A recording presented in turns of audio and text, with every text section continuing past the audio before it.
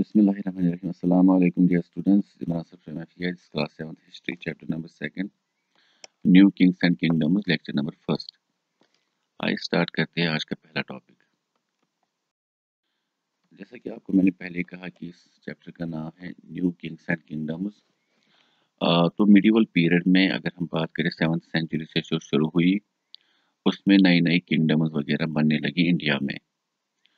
और यहाँ पे अगर हम बात करें, बहुत बड़े बड़े लैंड लॉर्ड्स थे जिन्होंने पावर गेन की, अपनी आर्मी वगैरह की स्ट्रेंथ वगैरह जब उनकी बढ़ने लगी तो उन्होंने बहुत बड़े बड़े रीजन्स पे रूल करना शुरू किया, जिनके अंडर में बहुत बड़े बड़े लैंड लॉर्ड्स, वॉरियर चीफ्स वगैरह थे उस वक्त इंडियन सब कॉन्टिनेंट में। अब ये जो एग्जिस्टिंग किंग्स थे, इनके अंडर में बड़े बड़े जो लैंड लॉर्ड्स वगैरह थे वो काम करते थे और जिनको ये सबऑर्डिनेट्स कहते थे। इसका मतलब ये बड़े किंग्स के साथ में काम करते थे।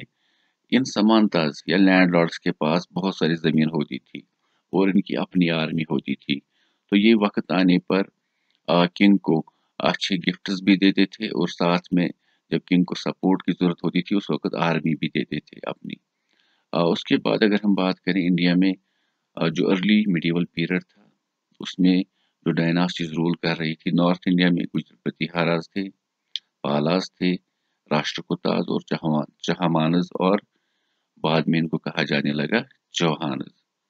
इसी तरह से साउथ इंडिया में चोलाज, पांड्यास और चोलकियाज। तो ये साउथ इंडिया में कुछ डायनास्टीज रूल कर रही थी। तो मैं मैप में आपको दिखाना चाहता हूँ। यहाँ पे उस वक्त का इंडिया का मैप है।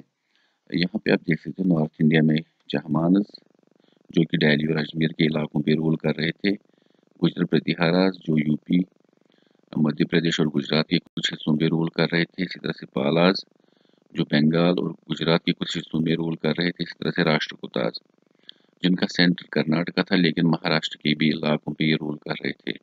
और यहाँ पे आप देख सकते हैं साउथ इंडिया में जो तमिलनाडु और केरला है या आंध्र प्रदेश है, उनके इलाकों में चोलाज, पांड्याज और चेहराज रूल कर रहे थे। तो आइए आगे बढ़ते हैं। तो जब ये जो किंग्स थे या जब ये नई नई किंगडम्स बनी थी, उनके अंडर में हम कह सकते हैं इससे पहले 7th सेंचुरी के आसपास ही अगर हम बात करें, जो बड़े बड़े जो समानताज वगैरह थे, बड़े बड़े लैंड लॉर्ड्स थे, कभी कभी ये क्या करते थे, ये पावर गेन करते थे, अपने आप को ज़्यादा पावरफुल बनाते थे और अपने रूलर को हटाकर ये खुद रूलर बन जाते थे, अपने आप को इंडिपेंडेंट करार देते थे। और उसके बाद ये अपने आप पे या अपने आप को हाई साउंडिंग टाइटल्स देते थे। अब तो ये मतलब रूलर्स खुद बन गए, महाराजा धीरज, इसी तरह से चक्रवर्ती, तो ये अलग अलग टाइटल्स वगैरह अपने आप को देते थे। अब इनके अंडर में भी बहुत सारे लैंड लॉर्ड समानता जिनको कहते थे वो काम करते थे। इसके अलावा पीजेंट्स, ट्रेडर्स और ब्राह्मणस, क्योंकि ये जो नए किंग्स थे, समानता, पीजेंट्स, ट्रेडर्स, बिजनेसमैन वगैरह के वगैरह कुछ भी नहीं थे, क्योंकि इनकी मदद से ही इनको रेवेन्यू, आर्मी वाला या हम कह सकते हैं बाकी टैक्सेस वगैरह मिलते, जिससे कि ये अपनी एडमिनिस्ट्रेशन चला सकते थे। तो आप इस वक्त भी देख रहे होंगे कि कोई भी स्कूल हो वहाँ पे फी नहीं होगी तो वो कैसे अपनी एडमिनिस्ट्रेशन चलाएगी। इसी तरह से अपनी कंट्री में अगर लोग टैक्सेस नहीं देंगे तो किस तरह से गवर्नमेंट चलेगी। तो ये ज़रूरी होता है। तो ये जो रिसोर्सेज वगैरह थे ये प्रोड्यूसर से हासिल किए जाते थे, जो भी प्रोड्यूस करते थे उसका वो एक हिस्सा किंग को देते थे, जिसको रेवेन्यू या टैक्सेस की सूरत में वो लेते थे। लेकिन ये जो रेवेन्यू और हम कह सकते हैं टैक्सेस वगैरह के पैसे थे, इससे किंग एस्टेब्लिश करता था टेम्पल्स, फोर्ट्स, या जो हम कह सकते हैं जो लोगों की ज़रूरत की चीज़ें हैं, पब्लिक टैंक्स वगैरह, वेल्स वगैरह खुदवाए जाते थे इन्हीं पैसों से। लेकिन ये रेवेन्यू कलेक्ट करने के लिए अपने कुछ इन्फ्लुएंशियल फैमिलीज को ही रिक्रूट करते थे, उनसे कहते थे कि आप रेवेन्यू जमा करो। समझ में आ गया? तो हम कह सकते हैं उस वक्त यहाँ मतलब इंडिया में मोनार्ची का रूल था, उनकी जो मर्जी होती थी वो वैसा ही करते थे। लेकिन अगर हम बात करें, उस वक्त जो किंग्स की स्टोरीज वगैरह थी वो पोएटिक सूरत में प्रशस्तियों पे लिखी गई थी। मैं आपको अभी बताऊंगा ये प्रशस्ति होती क्या है। अगर हम बात करें, अभी हमारे पास जो प्रॉपर्टी के कागजात वगैरह होते हैं ना हमारे घरों में, उस वक़्त भी प्रॉपर्टी के कागज़ात वग़ैरह जो होते थे, उनको प्रशस्तिस कहा जाता था और साथ में जो किंग्स वग़ैरह की डिटेल वग़ैरह होती थी, वो भी प्रशस्तिस पर ही लिखी जाती थी। लैंड ग्रांट्स कभी-कभी ये जो किंग थे, ये अपने इन्फ्लुएंशियल जो कह सकते हैं दोस्त वग़ैरह जो या फैमिली मेंबर जो उनके होते थे, उनको लैंड ग्रांट्स देते थे। उनको एक ज़मीन का बहुत बड़ा हिस्सा देते थे और वो उनकी अपनी मर्ज़ी होती थी उस ज़मीन पे वो क्या करते। तो यहाँ पे मैं सबसे पहले आपको दिखाऊँगा प्रशस्तियाँ। एक्चुअली में ये ब्राह्मण्स लिखते थे क्योंकि ब्राह्मण्स ही पढ़े-लिखे लोग हुआ करते थे इंडिया में, जो संस्कृत और तमिल में इन प्रशस्तियों पर लिखते थे। एक्चुअली अलग-अलग मेटल्स पे भी ये प्रशस्ति लिखी जाती थी, लेकिन यहाँ पे ख़ास तौर पे कॉपर का ज़्यादा इस्तेमाल हुआ है। तो इस तरह के जो कॉपर प्लेट्स होते थे, उनमें एनग्रेव करके चीज़ें लिखी जाती थी कि प्रॉपर्टी किसके नाम पे है और ऊपर इसके किंग की सील भी होती थी या स्टैम्प भी होती थी। जो सबूत होता था कि हाँ, सच ही में ये प्रॉपर्टी या लैंड ग्रांट जो है फलानी पर्सन को दिया गया है। और साथ में मैं ये भी बता दूं, जो किंग होता था, किंग ने अपॉइंट किए थे बहुत सारे पढ़े लिखे ब्राह्मण्स वगैरह, जो हम कह सकते हैं कि उनकी तारीफ़ें वगैरह ही ज़्यादा लिखते थे, क्योंकि अगर वो क्रिटिसाइज़ करते किंग को, उसकी शॉर्ट कमिंग्स वगैरह के बारे में लिखते, तो किंग उनको अच्छी सैलरी और अच्छे गिफ्ट्स वगैरह नहीं देता। इसलिए प्रशस्ति वाले जो प्रशस्ति वगैरह बनाते थे या लिखते थे, वो हमेशा किंग की तारीफ़ें ही करते थे। अब यहाँ पे बात करेंगे कि ये जो लैंड ग्रांट्स दिए जाते थे, उसमें क्या-क्या होता था। सबसे पहले कहा जाता है कि जिसको भी ये ज़मीन दी जाती थी, तो वहाँ पे एक हम कह सकते हैं दीवार बनाई जाती थी कि ये वाला हिस्सा जो है, ये फलानी पर्सन को एज़ लैंड ग्रांट मिली है। तो उसको अक्सर दीवार बनाई जाती थी मिट्टी से ही और उसमें उसके ऊपर थॉर्नी बुशेस वगैरह लगाए जाते थे और साथ में उसमें water, garden, land, fruit bearing trees वगैरह सारे कुछ हम कह सकते हैं ओपन स्पेसेस वगैरह सब कुछ होता था। और उसके बाद उसमें बहुत सारे गाँव भी होते थे, बहुत सारे लोग भी होते थे जहाँ पे जिसको ये लैंड ग्रांट मिली है वो टैक्सेस भी जमा करता था अलग-अलग चीज़ों पे। तो इसका मतलब ये शख़्स पहले से ही अमीर होता था और फिर और ज़्यादा अमीर बन जाता था। इसके अलावा अगर हम बात करें, जैसे मैंने अभी बारे में कहा था मैंने प्रेशर के बारे में कहा था, तो कश्मीर के जो हम कह सकते हैं अर्ली मिडीवल पीरियड की जो हिस्ट्री है या 11th-12th सेंचुरी की जो हिस्ट्री है, वो एक हम कह सकते हैं एक बुक में लिखी गई है जिसका नाम है राजतरंगिणी, जो कि संस्कृत पोएम्स की सूरत में उस बुक में लिखी गई है और उनका लिखने वाला है कल्हना। और जो कल्हना के जो शागिर्द थे, उन्होंने उसको फिर जारी रखा कल्हना की मौत के बाद। लेकिन इनमें भी बहुत सारे सोर्सेस का इस्तेमाल हुआ है, इंस्क्रिप्शंस, डॉक्यूमेंट्स, आई विटनेस अकाउंट्स वगैरह, जिनके बलबूते पे ये हिस्ट्री लिखी गई है। लेकिन जो कल्हना की हिस्ट्री है राज तरंगी, उसमें किंग्स को क्रिटिसाइज भी किया गया है। अगर किंग्स ने कुछ गलती की है तो उनको भी उस बुक में लिखा गया है। इसका मतलब जो प्रशस्ति राइटर्स थे, ये उनकी तरफ नहीं थे। कल्हना ने बिल्कुल क्रिटिसाइज वगैरह अपनी हम कह सकते हैं किंग्स को किया है। जो भी उनकी गलत पॉलिसीज वगैरह थी उसके लिए वो क्रिटिकल रहे। तो यहाँ पे हम बात करेंगे वारफेयर फॉर वेल्थ। तो जब किंगडम्स वगैरह एस्टेब्लिश होती है तो जेलेसी वगैरह भी शुरू होती है। हमेशा अ, एक इंसान जो है या एक किंग जो है वो अपने आप को ज़्यादा ताकतवर बनाना चाहता है, तो वो क्या करता है, अपनी नेबरिंग टेरिटरीज़ को भी अपने अंडर में कर लेना चाहता है।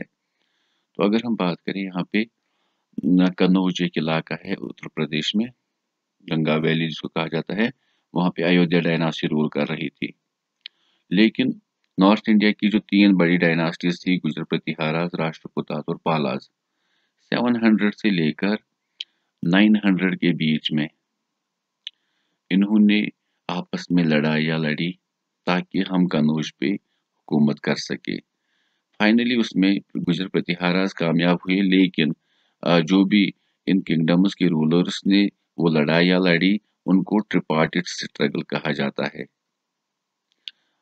तो यहाँ पे अगर हम बात करें इंडिया में जो हम कह सकते हैं कि कास्ट सिस्टम है, यहाँ पे मेन 4 कास्ट्स के लोग रहते हैं, ब्राह्मणस, क्षत्रियास, वैश्यास एंड शूद्रास।